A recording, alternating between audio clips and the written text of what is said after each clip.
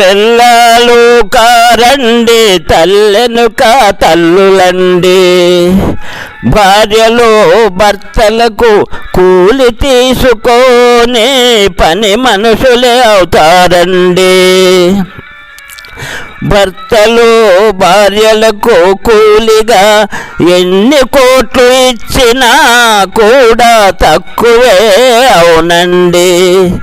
పవిత్రమైన భార్య ప్రేమకు సేవలకు భర్త జీవితాంతం ఎన్ని కోట్లు ఇచ్చినా తక్కువే అవునండి. పిల్లలను ఒక పక్క, భర్తను మరి ఒక పక్క సాదుకుంటదా తల్లి. మరి అంత మంచి భార్యను, అంత మంచి భార్యలను బానిసలుగా, బాంచనులుగా, పని మనుషులుగా మనము చూసేది ఎందుకు?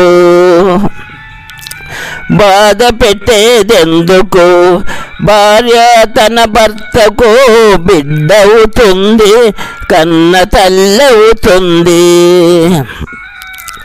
మహిళలు కారండి, భర్తకు భార్య మంత్రియే అవునండి. కష్ట సుఖాల్లో భర్తకు భార్య మంత్రియే అవుతుంది, మంచి మార్గాలే చూపుతుంది.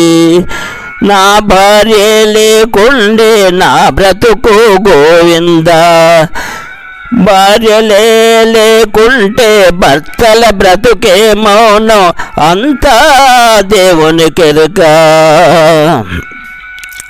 వైఫే కాదండి, భర్తకు లైఫే అవునండి.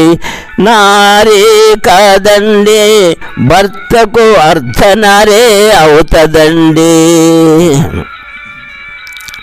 భార్యలు తమ ప్రాణాలిచ్చి భర్తలా కాపాడుకుంటారు. నా భార్య లేకుండే నా బ్రతుకు సున్నరా, నా బ్రతుకే బూడిది. నా భార్య లేకుంటే నా బ్రతుకే గోవింద. భార్యలే లేకుంటే భర్తల బ్రతుకే మౌనం, అంతా దేవునికెరుక. మరి అంత మంచి భార్యలను బానిసలుగా, బాంచనులుగా, పని మనుషులుగా మనము చూసేది ఎందుకు? భార్యలను మనము బాధ పెట్టేదెందుకు?